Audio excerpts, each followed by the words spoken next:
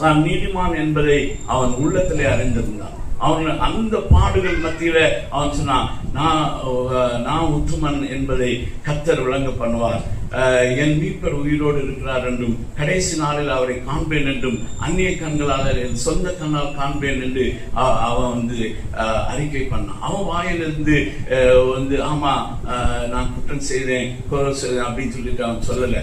அவன் வாழ்க்கையில என்னுடைய சாட்சி தேவனிடத்துல இருக்கிறது. அந்த பாடுகளை அவன் படும்போது அவனுடைய சகோதரர்கள் அவனுடைய நண்பர்கள் அப்படிதான் நினைத்தாங்க, இவன் பெரிய பாவியா இருப்பான், மாய்மாலம் பண்ணிட்டு இருந்தான் அப்படின்னு சொல்லிட்டு அவனை குறித்து சொல்றாங்க. அதே மாதிரிதான் நம்ம தானே சொல்லுவோம், நான் என்ன பாவம் செய்தோம் அப்படி. ஆனா ரட்சிக்கப்பட்டவர்கள் நிச்சயமாக அப்படி சொல்லவே மாட்டாங்க. அவங்க சொல்லுவாங்க, என்னுடைய நீதியாக கர்த்தர் இருக்கிறார், நான் பாவிதான். அவங்களுக்கு தெரியும், பாவம் செய்யாத மனிதன் உலகத்துல ஒருவனும் இல்லை என்பது தெரியும். ஆனால் என் பாவத்துக்காக இயேசு கிறிஸ்து பலியாகிவிட்டார், இயேசுவின் ரத்தத்தால் கழுவப்பட்ட நீதிமான் நான் என்று சொல்கிற உணர்வு உடையவராக அவர்கள் பேசுவார்கள். நான் நீதிமான் என்று சொல்ற உணர்வோடு பேசுவார்கள். அவளுக்கு தெரியாம இருக்கலாம், நடக்கிறது புரியாம இருக்கலாம், வாழ்க்கையில நடந்த காரியம் அவனுக்கு ஒண்ணுமே புரியல.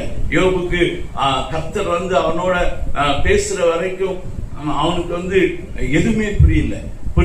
ஏன் இப்படி நடக்குதுன்னு சொல்லி ரொம்ப திகைத்து போய் அங்கலாய்த்து கொண்டுதான் இருந்தான்.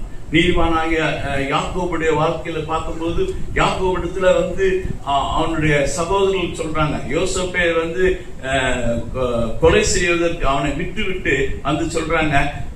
அவங்க பிரதர் சகோதரர்கள் சொல்றாங்க, அவனுடைய வஸ்திரத்தை எடுத்துட்டு அவங்க அப்பாவிட்ட கொடுத்து, இந்த வஸ்திரம் அடியில நாங்க பார்த்தோம், இது அவனை ஒரு துஷ்ட மிருகம் கொண்டு போட்டு நினைக்கிறோம் அப்படின்னு சொல்லிட்டு அவன் நித்தமும் வேதனைப்படுறான். யோசேப்பு நித்தமா, யோசேப்பு செத்து போயிட்டான், என் மகன் செத்து போயிட்டான், என்னுடைய ஜீவனும் மிகவும் நெருக்கப்பட்டு நான் போவேன், இந்த உலகத்திலிருந்து போவேன் நான் அப்படின்னு சொல்லிட்டு அவன் நித்தமும் அவனுக்கு மகன் யோசேப்பின் நிமித்தமாக அழுது புலம்புகிறான். ஆண்டவர் ஆண்ட சொல்லல, இவன் யாக்கோபு உயிரோட, இந்த யோசேப்பு உயிரோட தான் இருக்கிறான், அவன் எகிப்து தேசத்துல இருக்கிறான், அவன் குழியில விழுந்து கிடக்கான்.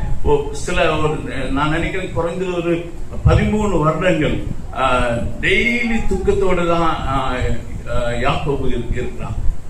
மகன் இறந்து போயிட்டான், அவன் நேசித்த ஒரே மகன் இறந்து போயிட்டான் அப்படின்னு சொல்லிட்டு நம்புறான்.